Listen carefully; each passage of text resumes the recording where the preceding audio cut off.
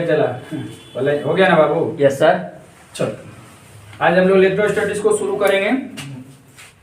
जो भी विद्यार्थी आईएससी का है मतलब इंटरमीडिएट ऑफ साइंस फिजिक्स पढ़ना चाहता है हमारे इस यूट्यूब चैनल से जुड़ जाएंगे। न तो बेटा आप ऑफलाइन कर रहे हो तो हो सकता है आपका प्रिपरेशन सही से ना चले, इसलिए आप हमारे यूट्यूब चैनल से जुड़ जाओगे तो आपको शुरू से ही मिल जाएगा। आज हम लोग काम करने वाले हैं इलेक्ट्रोस्टैटिक्स। हम आपके साथ कुछ विद्यार्थी को लिए हुए हैं ऑफलाइन में और आप जो देख रहे हो आप बेटा ऑफलाइन ऑनलाइन हो जाएंगे। तो चलो हम लोग काम करेंगे। क्या है बोलो चैप्टर का नाम? इलेक्ट्रोस्टैटिक्स। इलेक्ट्रोस्टैटिक्स आज हम लोग शुरू करेंगे। सवाल ये बनता है कि इलेक्ट्रोस्टैटिक्स क्या होता है। जो विद्यार्थी हिंदी मीडियम का है ध्यान देना, इसको बोलते हैं स्थिर वैद्युतिकी। जो बंदा सीबीएसई का नहीं है मतलब बीआईटी नहीं है, स्थिर वैद्युतिकी, स्थिर वैद्युतिकी इसको आप हिंदी में कहो। बिहार बोर्ड इससे 8 नंबर का क्वेश्चन करता है, लेकिन कोई जरूरी नहीं है। हो सकता है ज्यादा दे दे या हो सकता है ना भी दे, बिहार बोर्ड के ऊपर है, नहीं भी दे सकता। ठीक ना? जैसे पहले आप तो वैसे थे, पहले जैसे आप लोग है ना सेम वैसा पढ़िए। अरे वो तो झरिया यार। Yes sir. नहीं क्या? चलो ध्यान। चलो इलेक्ट्रोस्टैटिक्स में ध्यान देना। सबसे पहले तो डिफिनेशन समझो, तो मैं इसको तोड़ देता हूं। इलेक्ट्रो जोड़ क्या बन जाएगा? क्या बेटा बोलो? इलेक्ट्रोस्टैटिक्स बन गया।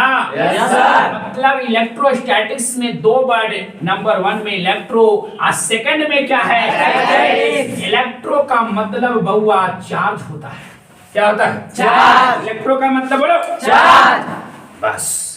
स्टैटिक्स का मतलब होता है रेस्ट। स्टैटिक्स का मतलब रेस्ट। रेस्ट मतलब गति में रुका हुआ ना। रेस्ट का मतलब होता है रुका हुआ। यदि कोई ऑब्जेक्ट रुका हुआ है तो उसको रेस्ट में कहेंगे। सिमिलरली ये जो चैप्टर है, इस चैप्टर में आपका चार्ज रेस्ट में रहेगा। चार्ज आपका क्या में रहेगा? जिस दिन चार्ज मोशन में आ जाए समझ जाना कि आपका चैप्टर चेंज है। जिस दिन चार्ज आपका क्या में आ जाए? मोशन में, चैप्टर चेंज हो। करंट की बात हो गया, क्योंकि आपको पता है ना, अब जब चार्ज अगर आपका मोशन में हो जाए मतलब फ्लो करने लगे तो flow of charge is called current. वो करंट हो गया। लेकिन हम लोग क्या पढ़ रहे हैं? इलेक्ट्रोस्टैटिक्स। और इलेक्ट्रोस्टैटिक्स में आपका चार्ज रेस्ट में रहेगा। अगर कोई सवाल आपसे दागे कि बताओ इलेक्ट्रोस्टैटिक्स क्या है, तो बताओ किसका शाखा? गणित की कि फिजिक्स की? फिजिक्स के ना। फिजिक्स की वह शाखा, फिजिक्स की वह शाखा जिसमें हम लोग स्थिर आवेश का अध्ययन करते हैं, जिसमें हम लोग रेस्ट चार्ज का अध्ययन करते हैं। तो डिफिनेशन आप लोग को हो जाएगा कि फिजिक्स की वह शाखा, फिजिक्स की वह शाखा, फिजिक्स की वह शाखा जिसमें हम लोग रेस्ट चार्ज के बारे में, रेस्ट चार्ज के बारे में स्टडी करते हैं। ठीक है? Yes sir. स्टडी करते हैं। कॉमा क्या कहलाएगा? बोल।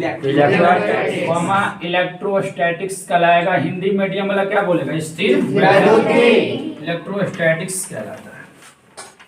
तो आप इतना चीज समझ गए कि इलेक्ट्रोस्टैटिक्स में तो स्टडी तो करेंगे आप किस चीज के बारे में? चार्ज के बारे में। लेकिन वह चार्ज होगा तो कैसा होगा? रेस्ट में होगा। चार्ज आपका मोशन में नहीं। ध्यान से। अब अगला जो आपका बातें आ जाती है चार्ज के ऊपर कि चार्ज क्या होता है, क्योंकि आप इस चैप्टर में चार्ज का ही बारे में अध्ययन करोगे। मतलब study about of charge in this chapter. इस चैप्टर में चार्ज के बारे में पढ़ोगे। तो सवाल यह है कि सर चार्ज होता है, तो चार्ज के बारे में हम लोग चलेंगे।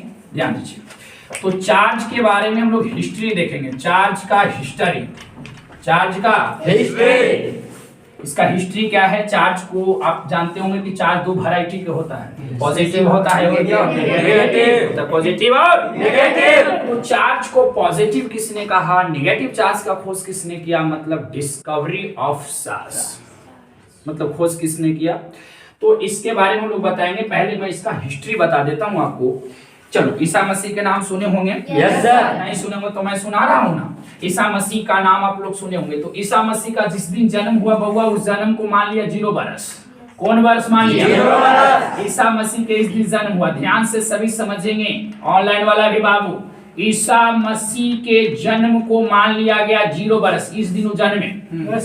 इधर हो गया बाबू रे ईसा मसीह के जन्म के पूर्व की बात, तो ईसा पूर्व बोलेंगे, ईसा पूर्व। इधर बोलेंगे हम लोग ईसवी, क्या बोलेंगे? ईसवी। और इधर ईसा पूर्व, ठीक है? Yes sir. ईसा मसीह के जिस दिन जन्म हुआ उसको कितना बरस? 0 बरस। उसके बाद हो गया ईसा पूर्व, अब बाद में ईसा ईसवी, बाद में क्या हो गया? ईसवी। अंग्रेजी में इसको बीसी कहते हैं और इसको कहते हैं एडी। क्या कहते हैं? AD, before Christ and anno domini. Anno domini. तो ईसा मसीह के जिस दिन जन्म हुआ उस जन्म से 600 वर्ष पहले की बात बता रहे हैं। ईसा मसीह के जन्म से भी 600 वर्ष पहले की बात बता रहे हैं, मतलब उसको हम बोलेंगे 600 ईसा पूर्व।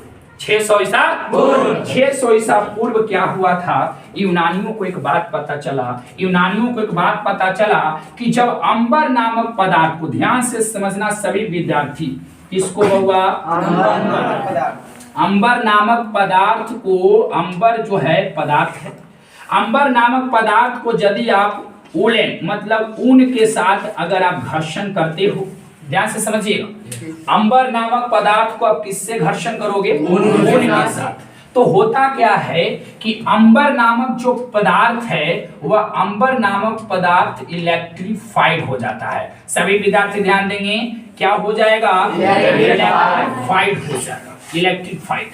ध्यान से समझिए, फिर से किस्सा समझिए। जब अंबर नामक पदार्थ को आप किससे रगड़ोगे? ऊन से। तब दोनों पदार्थ को आप मान लीजिए, दोनों पदार्थ इलेक्ट्रीफाइड हो जाएगा। इलेक्ट्रीफाइड बोलो चाहे आप बोलो इलेक्ट्रिकली चार्ज, इलेक्ट्रिकली चार्ज, ये दोनों जो पदार्थ है इलेक्ट्रिकली चार्ज हो जाता है। कैसे हम जानेंगे कि चार्ज हो गया? क्योंकि जानते हो जब ये दोनों पदार्थ को आप नहीं रगड़ोगे तो रगड़ने से पहले इसमें कोई क्षमता नहीं होता है, कोई क्वालिटी इसमें नहीं होती। जैसे इसको हम रगड़ देते हैं तो इसमें एक क्वालिटी आ जाती है और उस क्वालिटी के कारण या छोटे छोटे जो कागज के टुकड़े होते हैं वो अपनी ओर अट्रैक्ट कर लेता है। इसलिए हम बोल रहे हैं कि ये इलेक्ट्रीफाइड हो जाता है। इलेक्ट्रीफाइड क्यों हो जा रहा है? क्योंकि इसको रगड़ने के बाद ये कागज के छोटे छोटे जो टुकड़ा होता है धुलकन उसको अपनी ओर अट्रैक्ट करता है, इसका मतलब वो चार्ज हो गया। तो रगड़ने से चार्ज हो गया, रगड़ने से वो इलेक्ट्रिकली चार्ज हो गया, रगड़ने से दोनों पदार्थ इलेक्ट्रीफाइड हो गए। ये बात पता चला था यूनानियों को, और यूनान के अगर किसी को श्रेय दिया जाता है सबसे पहले किसको? तो थेल्स को। किसको? थेल्स को। थेल्स यूनान के ही रहने वाले थे। थेल्स कहाँ के रहने वाले? यूनान के। तो थेल्स ने इनको पता चला, थेल्स को ये बात पता चला कि जब अंबर को हम लोग उनके साथ रगड़ेंगे, घर्षण करेंगे तो ये दोनों पदार्थ जो है इलेक्ट्रीफाइड हो जाएगा। मतलब इलेक्ट्रीफाइड कहने का मतलब ये छोटे छोटे चीजों को अटैक करेगा, तब हम बोल रहे हैं कि इसको इलेक्ट्रीफाइड बोल रहे हैं, या बोलिए आप इलेक्ट्रिकली चार्ज हो गए। तो ये बात हम बता रहे थे 600 ईसा पूर्व की। उसके बाद हुआ क्या समझिएगा, मैं आपको हिस्ट्री बता रहा हूं, चार्ज का क्या बता रहे हैं। अब थोड़ा सा ध्यान देना, इतना बात बता दिया गया 600 ईसा पूर्व, लेकिन 2000 वर्ष तक इस पर कोई बात नहीं चला। 2000 वर्ष तक इस पर कोई बात नहीं चला। उसके बाद की बात मैं बता रहा हूं, 2000 वर्ष की बात। बाद में क्या हुआ कि एक खबर आया इंग्लैंड में। कहाँ आया? इंग्लैंड में। सभी बहुआ समझिए, हिस्ट्री ऑफ चार्ज। इंग्लैंड में आया खबर, आज 1600 ईस्वी की बात है बहुआ। ईस्वी का मतलब एडी। इधर आ गए हम लोग, ईसा मसीह के जन्म के बाद 1600 ईस्वी की बात है। एक आपका साइंटिस्ट आ जाते हैं जिनका नाम है डॉक्टर गिलबर्ट। डॉक्टर गिलबर्ट ये साइंटिस्ट हैं चेला। आए साइंटिस्ट आपको कहाँ के हैं? इंग्लैंड। इन्होंने कहा कि वाह वाह वाह वाह, यूनानियों को एक बात पता चला, मां डंका पिट ले। एक ही बात पता चला कि अंबर को ऊन से रगड़ेंगे तो इलेक्ट्रीफाइड हो जाता है। प्रकृति में ऐसे बहुत सारे पदार्थ हैं देवी लोग, जिसको रगड़ेंगे ना तो वह क्या हो जाएगा? इलेक्ट्रीफाइड। क्या हो जाएगा? इन्होंने बताया कि बस दुए वो नहीं है, प्रकृति में बहुत सारे ऐसे पदार्थ हैं जिनको आप घर्षण करा दीजिएगा ना तो वो भी क्या हो जाएगा? इलेक्ट्रीफाइड हो जाएगा, मतलब इलेक्ट्रिकली चार्ज। पूछा गया इनसे, बताइए क्या है? तो बहुत सारे पदार्थ के नाम लिए। पहला, कांच की छड़ को रेशम की कपड़ा से, याद रखिए सभी विद्यार्थी, कांच की छड़ को रेशम की कपड़ा से बोले रगड़ने के लिए। तो पहला बात आपको याद होना चाहिए, कि कांच की छड़ को किससे रगड़ा? रेशम की कपड़ा से। आप लोग ऑनलाइन में यहाँ पर ऑफलाइन में भी विद्यार्थी बैठे हो तो नोट करेगा ना होगा, वो छापेगा एक बार।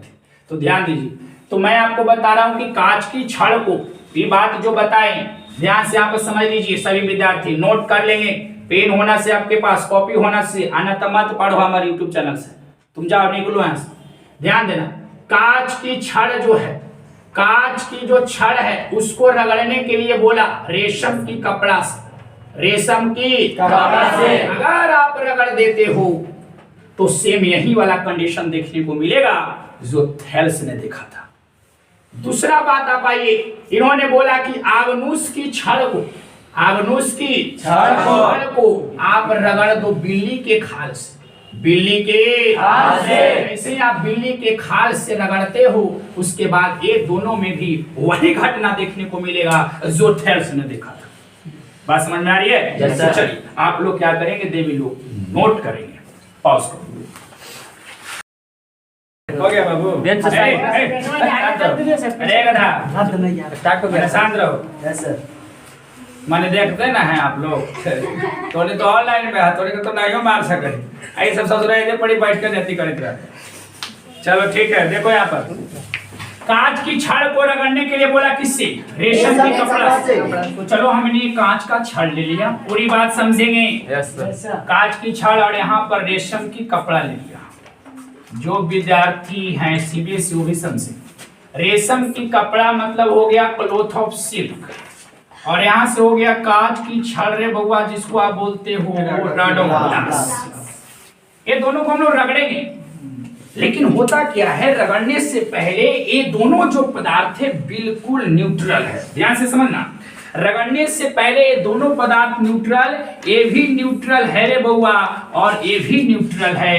ध्यान से समझना, न्यूट्रल का मतलब समझ जाना, गियर और क्लच नहीं रे, न्यूट्रल का मतलब उदासीन होता है।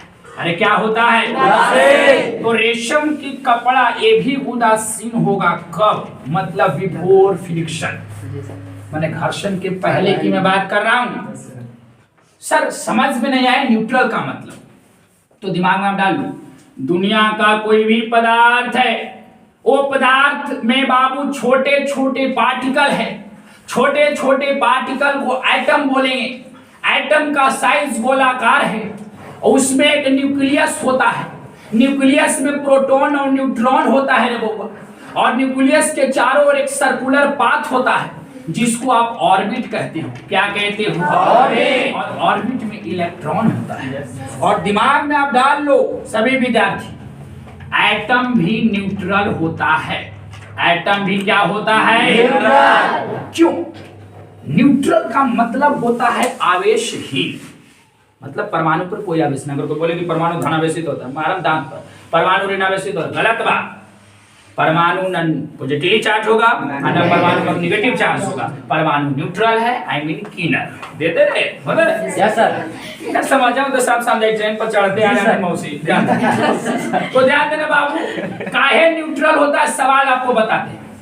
क्योंकि इसके न्यूक्लियस में जितना प्रोटॉन होता है, मतलब नंबर ऑफ प्रोटॉन, उसकी ऑर्बिट में उतना ही इलेक्ट्रॉन होता है।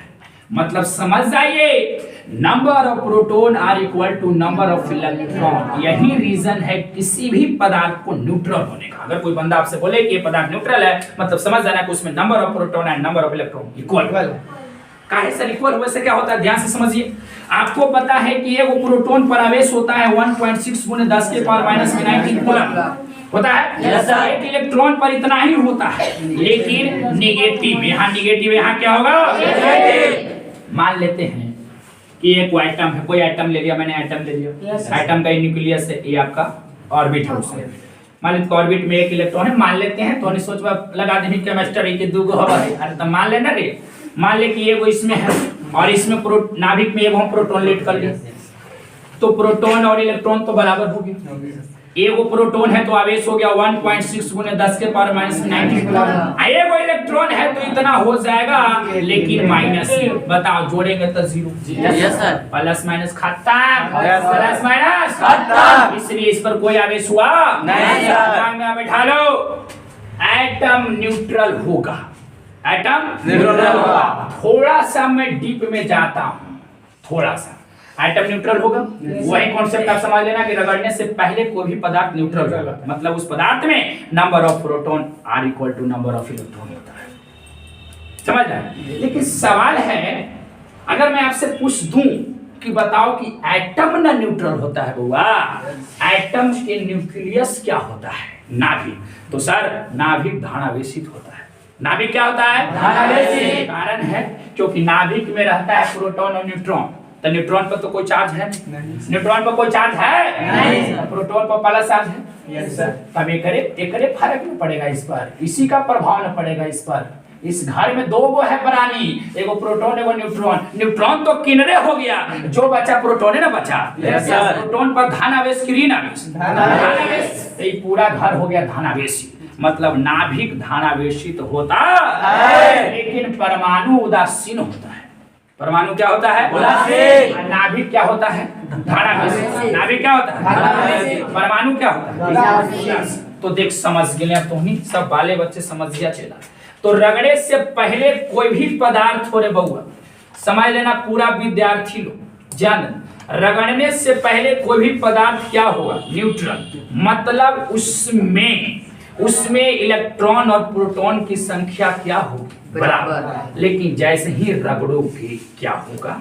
मान लेते हैं रगड़ने से पहले की मैं बात मतलब, मान लेते हैं कि इसमें 10 गो प्रोटॉन है तो क्या वो इलेक्ट्रॉन होगा? 10। मान लेते हैं कि इसमें 5 गो प्रोटॉन है, 5 गो इलेक्ट्रॉन मान लेते हैं। Yes sir. रगड़ने से पहले दोनों न्यूट्रल है। न्यूट्रल का मतलब number of proton are equal to number of electron. बराबर। Yes sir.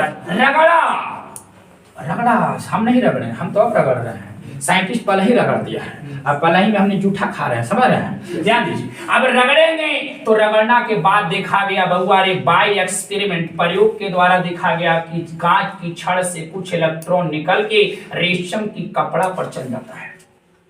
याद रखिए, अब कोई विद्यार्थी बहुत टैलेंट बनते कि सर हम इधर से ढुलका दे उधर, तब तू ढुलका मत ढुलकाइले हथिन सब समझ नहीं, तू मत ढुलका समझ हो गई। तो ऐसा नहीं हो सकता कि इधर से मार दे उधर पलांटी। शायद में कांच की छड़ से ही इलेक्ट्रॉन निकलेगा, एक एक्सपेरिमेंट कर लिया गया है साइंटिस्ट के द्वारा। मान लेते हैं कि 2 इलेक्ट्रॉन इस पर उछल के आ गए रगड़ने से, तो बताओ कांच की छड़ पर तो इलेक्ट्रॉन कम गया, इलेक्ट्रॉन बढ़ गया।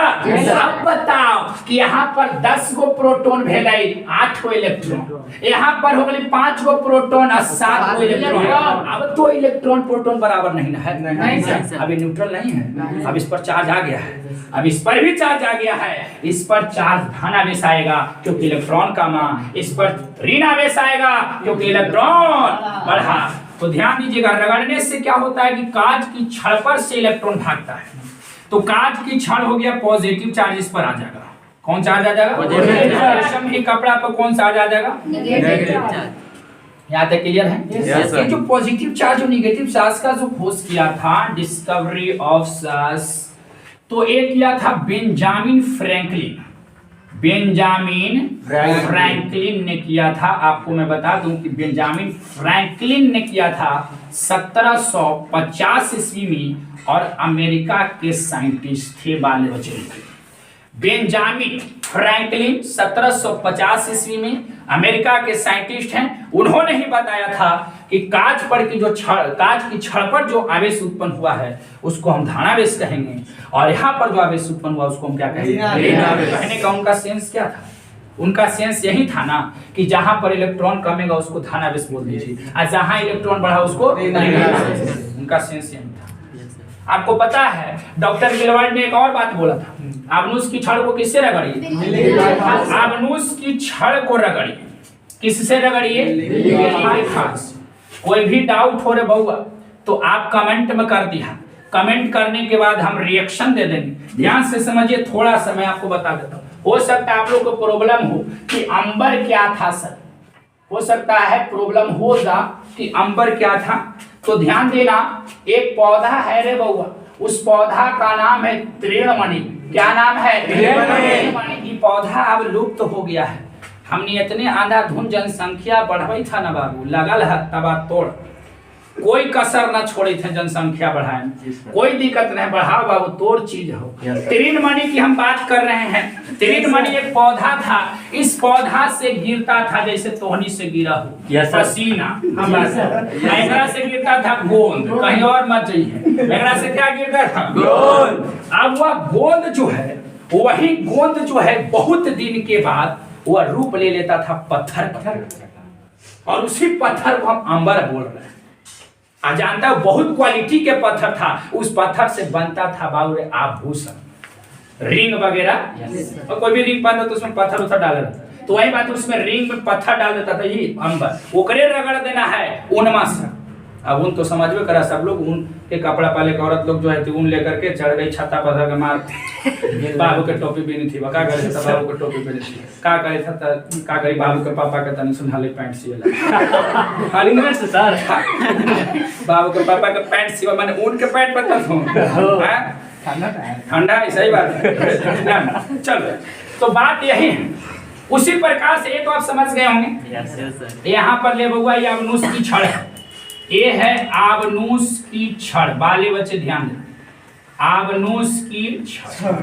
ये है बिल्ली के खाल। अब कोई लेकर के मानो कि भाई सब तो बिल्ली के मारे पड़ेगा, मार ना रे, मार बिलाई के मारे में कैसे ना हो, बिल्ली के खाल की हम बात कर रहे हैं, ठीक ना? Yes sir.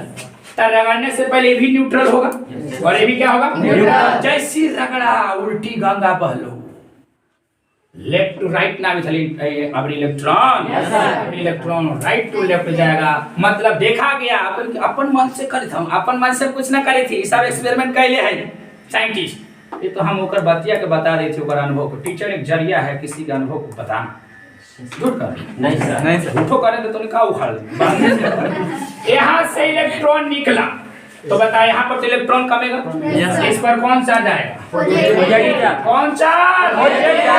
कौन चार्ज? नेगेटिव चार्ज आएगा।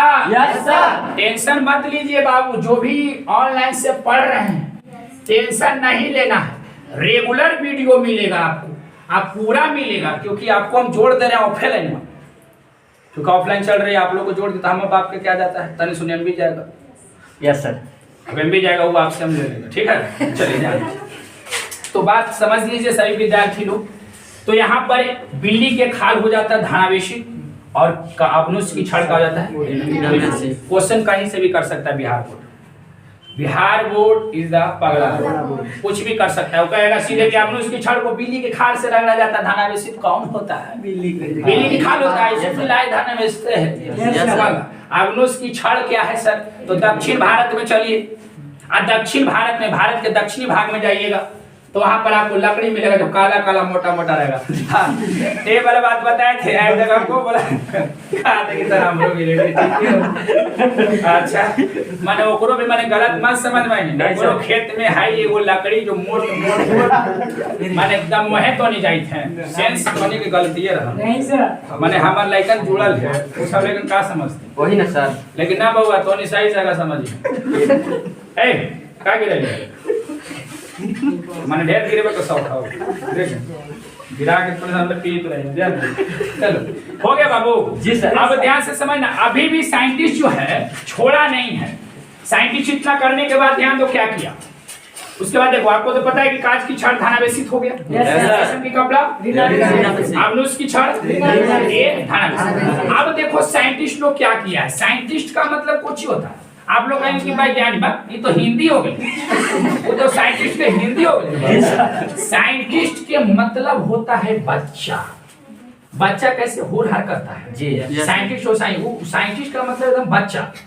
समझदार आदमी कभी भी साइंटिस्ट बन ही नहीं सकता, क्योंकि समझदार तुरंत समझ आता है। हम बोलते हैं पगला इतिहास लिखता है और समझदार इतिहास पढ़ता है। आप पगला इतिहास लिखता है, हम जैसे व्यक्ति इतिहास लिखा करते हैं और आप जैसे व्यक्ति इतिहास पढ़ा करते हैं, इसलिए व्यक्ति मेरे जैसा बनो, और आप जैसे तो पढ़ते पढ़ते जीवन भी जतो बालो बच्चा के पढ़ाई में अपनो पढ़ वही बची सर। अब साइंटिस्ट दो बात किया, ध्यान देना, पूरी बात समझना।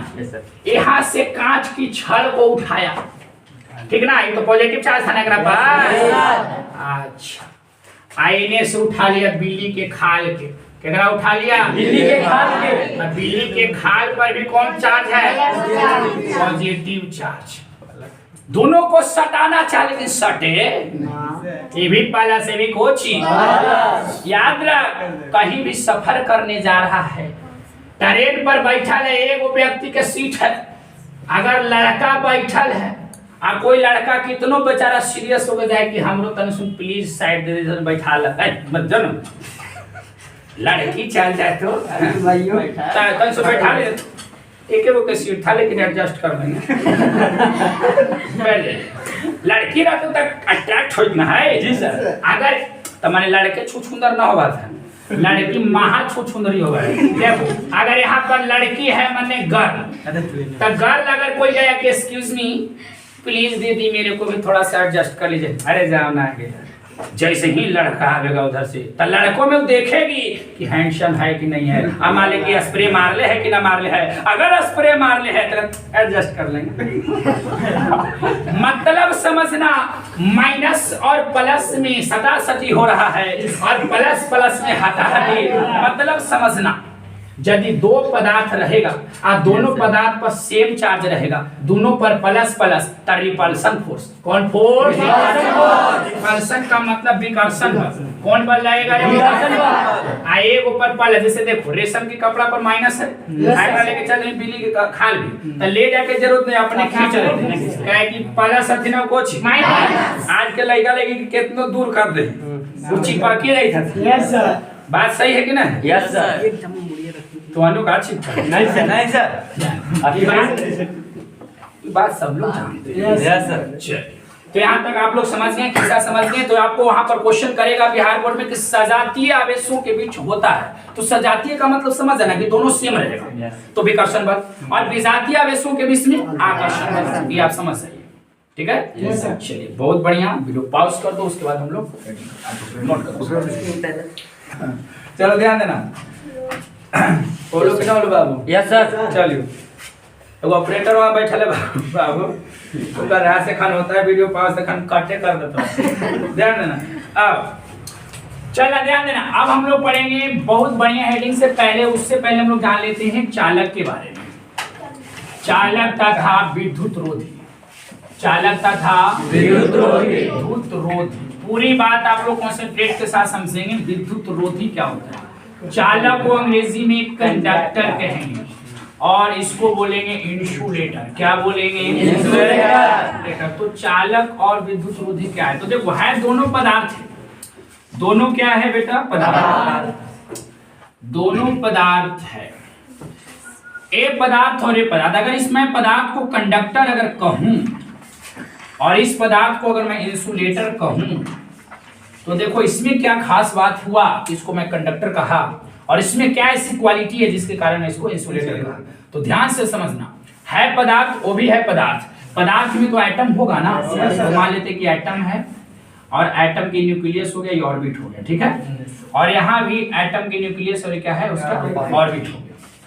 ऑर्बिट में रहता है प्रोटॉन और न्यूट्रॉन, और ऑर्बिट में सॉरी न्यूक्लियस में कौन रहता है बाबू? बोलो, प्रोटॉन। और ऑर्बिट में इलेक्ट्रॉन। यहाँ भी आपका न्यूक्लियस है, इसमें रहेगा प्रोटॉन और न्यूट्रॉन, और ये है आपका ऑर्बिट जिसमें रहेगा इलेक्ट्रॉन। तो दिमाग में रखो भाई, प्रोटॉन पर होता है पॉजिटिव चार्ज, दिमाग में यहाँ पर बाइक बैठा लो। इलेक्ट्रॉन पर होता है आपका कौन सा? Negative charge. तो पॉजिटिव चार्ज और नेगेटिव चार्ज, नाभिक है पॉजिटिव, ऑर्बिट है नेगेटिव। तो नाभिक और इस मतलब प्रोटॉन और इलेक्ट्रॉन के बीच में जो यहाँ पर बल लगेगा वो अट्रैक्शन फोर्स लगेगा। कौन सा फोर्स लगेगा? Attraction force. मैं अभी बताया कि विजातीय आवेशों के बीच आकर्षण बल लगता है, तो प्रोटॉन और इलेक्ट्रॉन के बीच में बल काम करेगा आकर्षण। आकर्षण मतलब क्या हुआ? अट्रैक्शन। अगर अट्रैक्शन फोर्स स्ट्रॉन्ग है, मजबूत, दिमाग में आप याद रखो, अगर बाबू बाप के द्वारा बेटा पर पकड़ अगर कमजोर पड़ गया, बाप का बेटा पर पकड़ अगर कमजोर पड़ गया तो बेटा भगत जाता है। सवाल दम जाए सी बात है, वो तो भाग देगा ना, उसको तो कोई है नहीं। अगर बाबूजी के द्वारा इस पर जो नकेल है वो एकदम टाइट कसल है, तो इसको हिम्मत है कि नाच देकर चल देते रात के, लेकिन बाबू ढेर तो चली हो जाती, आजकल के क्वालिटी है ना बाबू, चल नहीं रे रोज ही नाच देखे आ जाओ। हाँ, नाचू लगता है।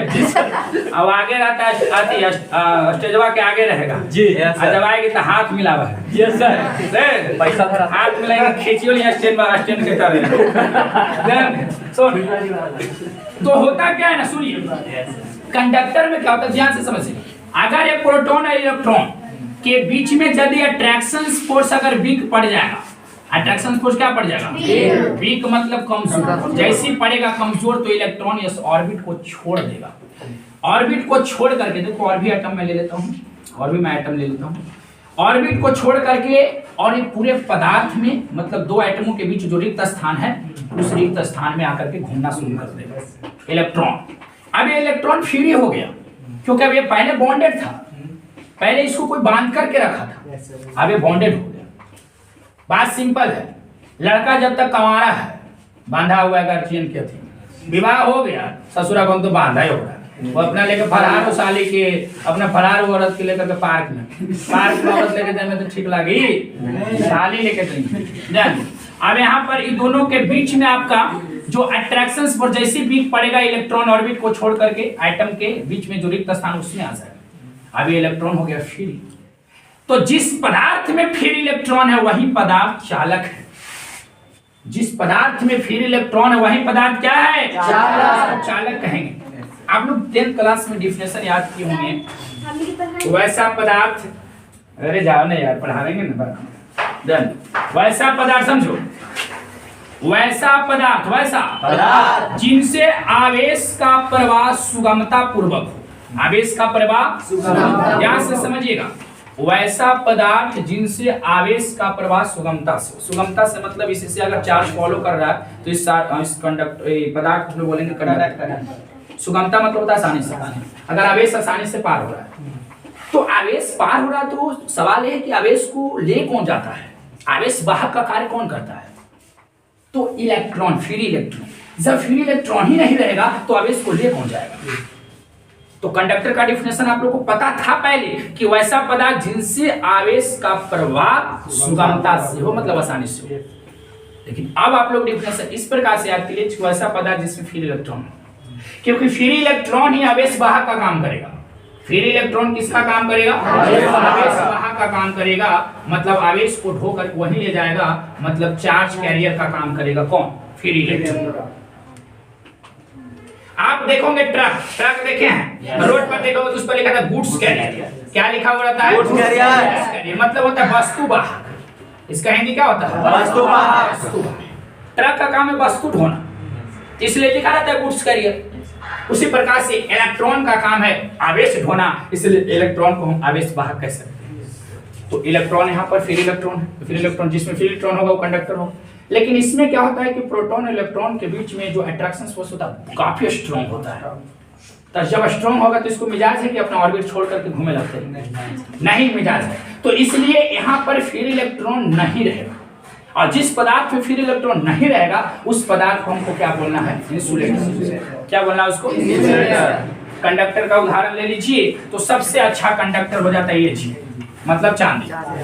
गुड कंडक्टर है, बैड कंडक्टर हो गया बैड कंडक्टर क्या हो गया, अच्छा कंडक्टर में चांदी, बैड कंडक्टर में पी माने शीशा। सबसे अच्छा चालक कौन है, अब घटिया कौन है, शीशा। मनुष्य भी कंडक्टर है, मनुष्य भी क्या है, कंडक्टर। पृथ्वी देखा जाए तो पृथ्वी भी क्या है, कंडक्टर है। पूरा धातु देखा जाए तो कंडक्टर है। इंसुलेटर में आ जाए तो माइका, जिसको आप अभ्रक है, उदाहरण में बता रहा हूँ। माइका हो गया आपका डायमंड, डायमंड हो गया आपका जो है, क्या हो गया बेटा, diamond insulator. Diamond, rubber, rubber आपका इंसुलेटर है, ठीक है। अच्छा, अगला रबर हो गया। प्लास्टिक ले लो तो प्लास्टिक आपका क्या है, इंसुलेटर है। तो इंसुलेटर का भी मैं आपको उदाहरण दिया, जिसमें फ्री इलेक्ट्रॉन ना होगा, जिसमें फ्री इलेक्ट्रॉन नहीं हो, जिससे आवेश का प्रवाह सुगमता से नहीं होगा, ना के बराबर होगा। सुगमता हो और असमता से कुछ होगा, होवे ना करेगा, उसको बोलते हैं इंसुलेटर। और जिसमें होगा उसको क्या बोलेंगे, कंडक्टर। तो ये आपका था कंडक्टर और इंसुलेटर का कॉन्सेप्ट। यदि आप डिफिनेशन लिखना चाहें तो लिखेंगे वैसा पदार्थ जिनसे आवेश का प्रवाह सुगमता से हो, अर्थात जिस पदार्थ में फ्री इलेक्ट्रॉन हो उसको चालक कहेंगे। जैसे मैं आपको देख रहे हैं ना, सबसे अच्छा चालक कौन है? सवाल कर देगा।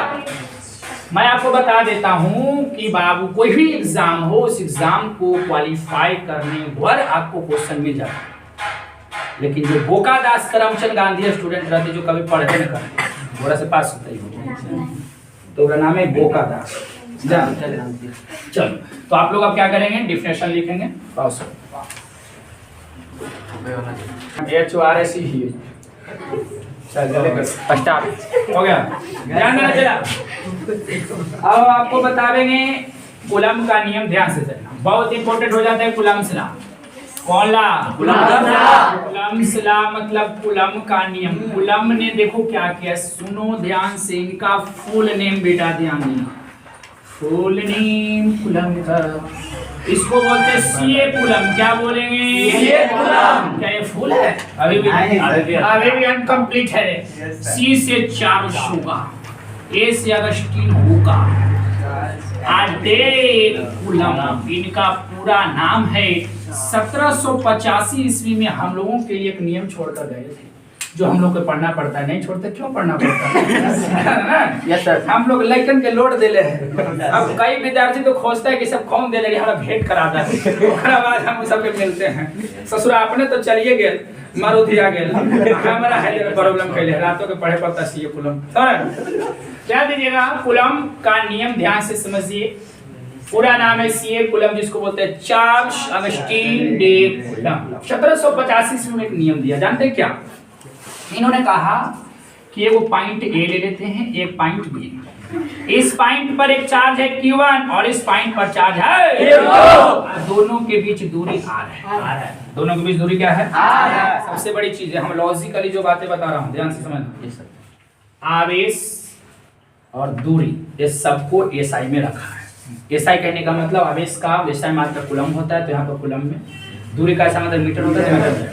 मतलब मैं क्यों बताया, कभी कभी आप न्यूमेरिकल बनाओगे तो आवेश का मान आपको माइक्रो कूलम में मिलेगा, नैनो कूलम में मिलेगा, तो सबसे पहले उसको कूलम में कन्वर्ट करोगे, राइट? दूरी जो होता है वो सेंटीमीटर में दिया रहेगा, तो सेंटीमीटर को कन्वर्ट करोगे मीटर में। कूलम ने जो नियम दिया वो मीटर के लिए दिया है, कूलम के लिए दिया, तो कन्वर्ट तो करना पड़ेगा ना। तो ध्यान से समझिए, कहा कि यदि दो चार्ज को कुछ दूरी पर आप रख देते हैं, जैसे मैं R दूरी पर रख दिया, अगर ये दोनों प्लस है तो ये दोनों के बीच में विकर्षण बल लगेगा।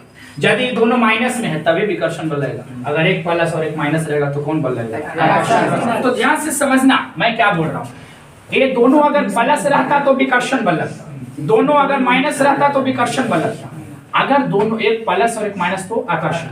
तो ध्यान देना, बल तो दोनों लगेगा, दो आवेशों के बीच में अट्रैक्शन फोर्स भी लग सकता है और रिपल्सन। अब कब लगेगा अट्रैक्शन, कब लगेगा रिपल्सन, मैं बता दिया हूँ। दोनों को मिला को मैं बोल रहा हूँ इलेक्ट्रोस्टैटिक्स फोर्स। दोनों को मिला के मैंने क्या बोला? Electrostatics force. हिंदी विद्यार्थी देखना, स्थिर वैद्युतिकी बल। हिंदी वाले स्थिर वैद्युतिकी बल। तो ध्यान रखना, यदि दो आवेशों को कुछ दूरी पर रख देते हैं तो दोनों के बीच में स्थिर वैद्युतिकी बल कार्य करेगा। पकड़िए, और स्थिर वैद्युतिकी बल कार्य करेगा। देखो यहां से दो नियम दिया, यदि दो आवेशों को कुछ दूरी पर रख दिया जाता है तो दोनों आवेशों के बीच में स्थिर वैद्युतिकी बल काम करता है। वह बल, यहां से दो बात आई, वह बल दोनों आवेश का परिमाण, पॉइंट ए पर जो आवेश है उसका परिमाण Q1 है, पॉइंट बी पर जो आवेश है उसका परिमाण Q2 है, दोनों के परिमाण के गुणनफल के सीधा समानुपात है। समीकरण क्या मान लिया? वाले बच्चों ध्यान देना, कॉपी रखो, पेन रखो, ऐसे मत देखना वीडियो। माने हमारा नचनिया देखे थे माने ना नहीं डांस प्रोग्राम हो नहीं कितने सुनते कि जैसे हुरका दे ना मन भरल था, माने सब दिन वही लोग की तरह देता रहे। ध्यान, अब क्या होता है दूसरा नियम समझिए कि जो दोनों के बीच में जो बल लगेगा, मतलब स्थिर वैद्युतिकी जो बल होगा, दोनों के बीच की दूरी के वर्ग के परिमानुपाती, यही दो नियम है। याद रखिए, कूलम का दो नियम, स्थिर वैद्युतिकी बल का मान दोनों आवेशों के परिमाण के गुणनफल के समानुपाती, दोनों के बीच के दूरी के वर्ग के व्युत्क्रमानुपाती। अब समीकरण फर्स्ट सेकंड मान लीजिए, अब दोनों को मिला देंगे, समीकरण फर्स्ट तथा सेकंड से चलेंगे मिलाओ रे बउआ ऑनलाइन वाला। तो मिलावेंगे तो Q1 Q2 बटा में क्या हो जाएगा, यहाँ से समानुपाती हटाया, थोड़ा सा कॉपरेट करेंगे, दिखाई दे रहा है यहाँ पर नीचे में नहीं दिखा रहा, वहां दे रहा है सर नहीं, चलो ध्यान बाबा आप ही लोग को लेकर। तो आप ये चीज आप लोगों को पता होना चाहिए, सभी विद्यार्थी जो यूट्यूब से देख रहे हैं उनको समझना चाहिए कि अट्रैक्शंस और रिपल्शंस को हम लोग इलेक्ट्रोस्टैटिक फोर्स बोलेंगे, दोनों को मिलाकर। अगर जहां मैं बोलूंगा इलेक्ट्रोस्टैटिक फोर्स तो समझ आना कि वो अट्रैक्शंस भी हो सकता है, रिपल्शंस। तो मैं ये दोनों को मिलाने वाला हूं, ध्यान से समझिएगा। ये दोनों को समीकरण फर्स्ट और सेकंड को मिलाएंगे, तो मिलाने से देखना क्या होगा, पूरी बात समझिएगा, पूरी बात समझेंगे सभी विद्यार्थी। अब यहाँ से समानुपाती का साइन हटाएगा, कांस्टेंट में k लाया और Q1 Q2 बटा r²। इस k को ध्यान देना, k को आप क्या बोलोगे, ध्यान देना, k को आप बोलोगे कूलम कांस्टेंट, कूलम्स कांस्टेंट, इसको बोलोगे आप कूलम कांस्टेंट। का मतलब होता है कूलम का नियतांक है, ये कूलम का क्या है, नियतांक। अब प्रयोग द्वारा ध्यान से समझिएगा पूरी बातों को, प्रयोग द्वारा साइंटिस्ट ने k का मान बताया है, प्रयोग द्वारा साइंटिस्ट ने k का मान बताया। k का मान जानते क्या बताया, 1/4 पाई एप्सिलॉन, बस एप्सिलॉन, अभी आप सिर्फ एप्सिलॉन जानो। k का मान बताया 1/4 पाई एप्सिलॉन, अगर आप पढ़े होंगे कहीं पे तो सर बताए होंगे एप्सिलॉन नॉट, लेकिन ध्यान देना एप्सिलॉन नॉट कैसे आता है, पूरी बात समझिए। मैं अभी आप लोगों को बता रहा हूं k का वैल्यू 1/4 पाई एप्सिलॉन, सिर्फ एप्सिलॉन, लेकिन कोई टीचर बताते होंगे एप्सिलॉन नॉट, वो भी राइट है और मैं भी राइट हूं, बट मैं जो बताने वाला हूं उसमें कुछ पार्टिकुलर बातें हैं और उस पार्टिकुलर बातों को आप पकड़ेंगे और पकड़ के हमेशा सोए रहेंगे, ठीक है। चलो बाबा, अब एक चीज आप लोगों को पता होना चाहिए, सभी विद्यार्थी समझ जाइए, इसको बोलते हैं आपेक्षिक परावैधता। अगर ये एप्सिलॉन है, चलो अगर नीचे r लगा दिया तो आपेक्षिक परावैधता होगी, रिलेटिव परमिटिविटी, सुन लो फिर से, रिलेटिव परमिटिविटी, आपेक्षिक परावैधता इसको बोलते हैं। मैं लिख देता हूं क्योंकि कई ऐसे होते हैं जो बोकादास करमचंद गांधी होते हैं। तो आपेक्षिक परावैधता, आपेक्षिक परावैधता होता है, ठीक है। yes, तो अपेक्षित परावैधता का सूत्र होता है परावैधता बटा निर्वात की परावैधता, निर्वात की परावैधता। ये निर्वात की परावैधता अगर कोई पूछे कि निर्वात की परावैधता तो एप्सिलॉन नॉट, एप्सिलॉन नॉट, इसको एप्सिलॉन नॉट पढ़ते हैं। आपका एक कच्ची पढ़ी थी तो एप्सिलॉन पढ़ा भाई हम, आई इसको नॉट ऐसे लिख रहे हैं, तो ध्यान देना एप्सिलॉन, इसी को हम रगड़ के बोल रहे हैं एप्सिलॉन, ठीक ना। तो एप्सिलॉन आर वो पढ़ते हैं अपेक्षित परावैधता हुआ, ये अगर 0 लगा दिया तो एप्सिलॉन नॉट है, कोई 0 पढ़ता है एप्सिलॉन 0 तो कोई दिक्कत ना, पढ़ने वाला को पढ़ने दो, चढ़ने वाला को चढ़ने दो, मतलब पहाड़ पे। अब कहीं को जाते हो कभी टूर पर तो चढ़ते नहीं, जो तो पहाड़ पर बिना चढ़े होता है नहीं, जाना तो पड़ेगा, जिंदगी भी वैसा ही पर्वत की तरह है। चलिए अब क्या करेंगे, k का वैल्यू 1/4 पाई एप्सिलॉन की जगह पर यहां से वैल्यू निकालो, एप्सिलॉन का वैल्यू क्या हो जाएगा, epsilon r into epsilon not, epsilon r into epsilon not, यहां से निकाला डाल दिया। अब थोड़ा सा समझ जाइए, कूलम ने जो अपना नियम दिया था, ये नियम दिया था कब, जब दोनों चार्ज के बीच में माध्यम हवा रहेगा तब, दोनों के बीच का माध्यम एयर था, दोनों चार्ज के बीच का माध्यम निर्वात था। तो आपको याद होना चाहिए हवा होगा, अगर इन दोनों के बीच में क्या होगा, हवा, तो हवा का जो अपेक्षित परावैधता होता है 1 होता है, कितना होता है 1, याद कर लीजिए। हवा का अपेक्षित परावैधता, अगर दोनों चार्ज के बीच में अगर हवा है तो अपेक्षित परावैधता क्या होगा, 1। जैसे आप यहाँ पर 1 रखोगे तो आप जो चाह रहे थे वो मिल जाएगा, क्या मिल जाएगा, k का वैल्यू, k का वैल्यू मिल जाएगा 1/4 बाई एप्सिलॉन।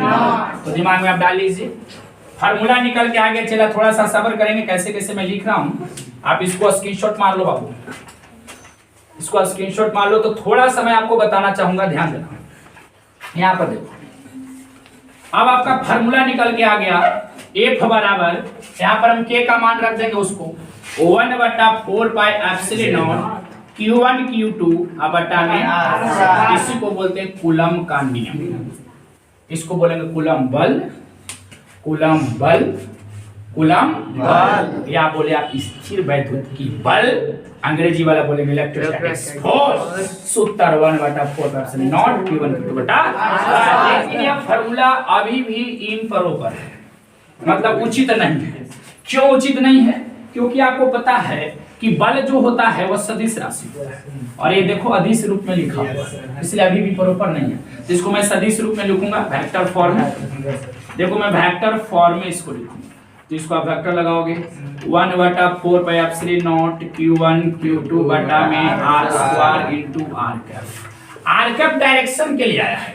अगर आपको r कैप के बारे में फुल जानकारी लेना है तो इसके बाद आपको हम जानकारी दे देंगे, लेकिन फिलहाल अभी इतना समझिए कि अब हम आप लोग को इतना आज की क्लास में किए हैं कि दो चार्ज को कुछ दूरी पर अगर आप रख देते हैं तो दोनों के बीच में स्थिर वैद्युत की बल कार्य करेगा। वह बल का मान दोनों आवेश के परिमाण के गुणनफल के डायरेक्टली प्रोपोर्शनल होता है, लेकिन दोनों के बीच की जो दूरी है उसका स्क्वायर का इनवर्सली प्रोपोर्शनल। राइट, ये दोनों को मैंने मिला दिया तो कुछ ही हुआ। मिलाने भी नहीं आता है तो आप 11th में क्या कर रहे थे, क्या छेड़ रहे थे। यहाँ देखिए F बराबर, अब यहाँ से समानुपाती का साइन हटाएंगे, K डाला, K को आप कूलम का कांस्टेंट बोलोगे, नियतांक बोलोगे।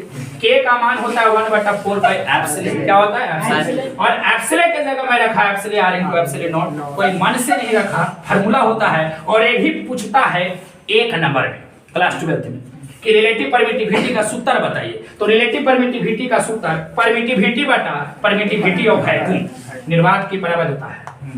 यहाँ से मैं एप्सिलॉन r का मान निकाल के यहाँ पर रख दिया, यहाँ से एप्सिलॉन r जो है उसका मान 1 होता है हवा के लिए।